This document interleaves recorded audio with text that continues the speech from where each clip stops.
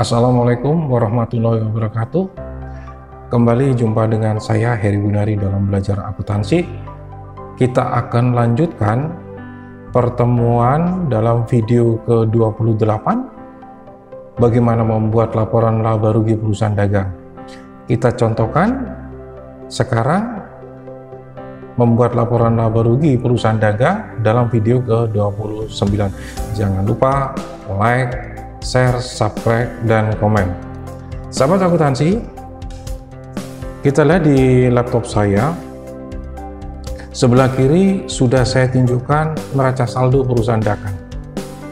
Ya, yang membedakan dalam neraca perusahaan dagang, neraca saldonya ada persediaan barang dagangan. Ada perusahaan dagang persediaan barang dagangan 50.000. Baik, kita akan buat laporan laba ruginya. Ya, di tengah adalah format laporan laba rugi yang sudah saya siapkan. Kebetulan di dalam neraca saldo saya berikan data yang lengkap. Ada penjualan retur, penjualan potongan penjualan, dan dalam pembeliannya itu juga ada retur pembelian, potongan pembelian, ada biaya angkut pembelian. Kita masukkan sekarang. Tidak ada debit dan kredit dalam laporan laba rugi, perubahan modal maupun neraca, semuanya dalam bentuk perhitungan. Saya buat sedemikian rupa supaya sistematis. Itu saja. Baik, kita masukkan penjualan. Penjualan kita lihat di neraca saldo 125.000. Saya masukkan 125.000. Kebetulan ada retur. Retur penjualannya 10.000, saya masukkan.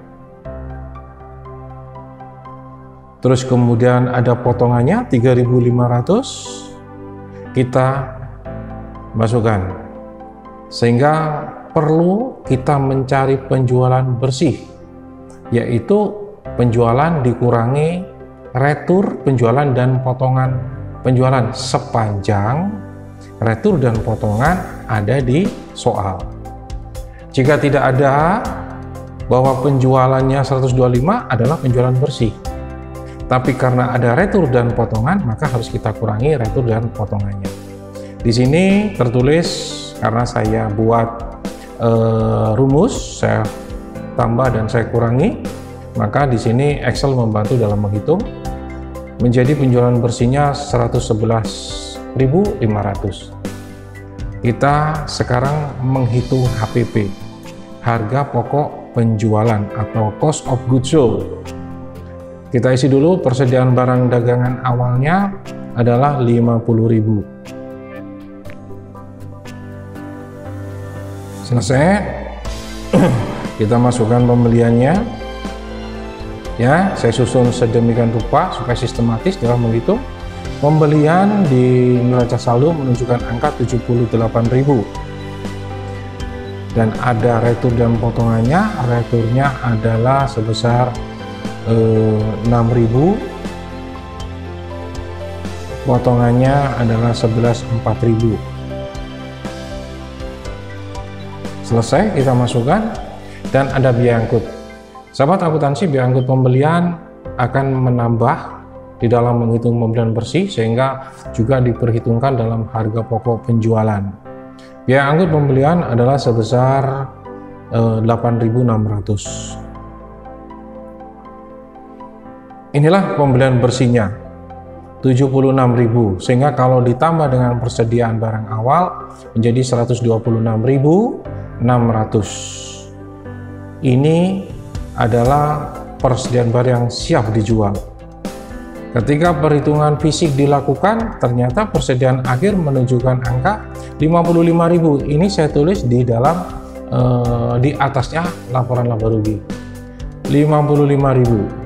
Saya tulis 55.000. Nah, fungsinya mengurangi, ketemulah HPP-nya adalah 71.600. Jadi, sahabat akuntansi, jangan pernah menghafalkan untuk menghitung harga pokok penjualan. HPP intinya persediaan barang awal ditambah pembelian bersih dikurangi dengan persediaan barang akhir. Jangan pernah dihafal. Laba kotor 39.900 dikurangi biayanya ada dua, biaya umum administrasi yaitu 13.000, dan biaya penjualan 15.000.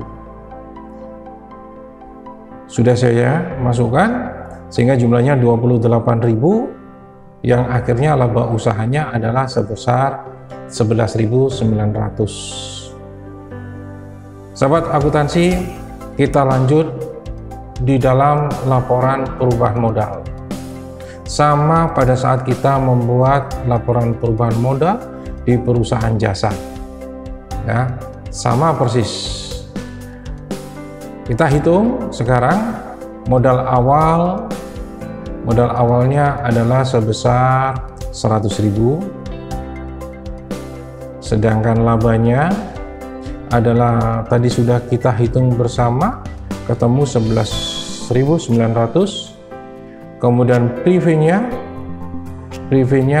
di neraca saldo 4.500. Selesai, masih ada selisih laba, ya, masih ada selisih laba, yaitu sebesar 7.400, sehingga menambahkan modal awalnya menjadi 107.400. Sahabat akuntansi, dengan kita latihan sesering mungkin membuat kita bisa membuat laporan keuangan laba rugi, perubahan modal dan neraca itu dengan cepat. Oleh karenanya perlu kita latihan sesering mungkin. Kita lanjut sahabat akuntansi di neraca. Neraca kita isi datanya dari neraca saldo. Berapa kasnya? Adalah 12.000. Saya masukkan 12.000. Piutang dagangnya, ini perusahaan dagang, 35.000. Selesai. Kemudian persediaan barangnya bukan 50.000, tetapi adalah persediaan dagang yang saya tulis di atas laba rugi ini, yaitu untuk persediaan barang yang akhir, yaitu sebesar 55.000. Baik, sudah saya masukkan. Perlengkapan kita masukkan adalah 2.500. Sewa dibayar di muka 6.500. 6.500. Jumlah aktiva lancar 111.000. Kita masukkan aktiva tetap di neraca saldo hanya ada peralatan 45.000, sedangkan akumulasinya adalah sebesar 15.000. Sahabat akuntansi, jadi kita kurangi dulu, ya, peralatannya dikurangi dengan akumulasinya 30.000 nilai peralatan bersihnya, sehingga kalau kita jumlah berapa aktivanya adalah aktiva lancar ditambah dengan aktiva tetapnya 141.000. Sama persis seperti kita membuat di laporan keuangan perusahaan jasa. Kita masukkan sekarang sisi pasifa. Sisi pasifa ada hutang dagang, infonya dari neraca saldo, yaitu sebesar hutang dagangnya 25.000. Selesai. Sedangkan hutang lain-lain, kita cek hutang lain-lain adalah sebesar 8.000 di neraca saldo, 8.600 tepatnya, ya. Selesai, tinggal modal. Kita jumlahkan, kita masukkan dulu modalnya adalah modal akhir di laporan perubahan modal, yaitu 107.400. sehingga jumlahnya sama persis dengan aktiva 141.000 baik aktiva dan pasifa. Sahabat akuntansi, kita belajar laporan perubahan modal dan neraca itu sudah sering sejak kita belajar di perusahaan jasa.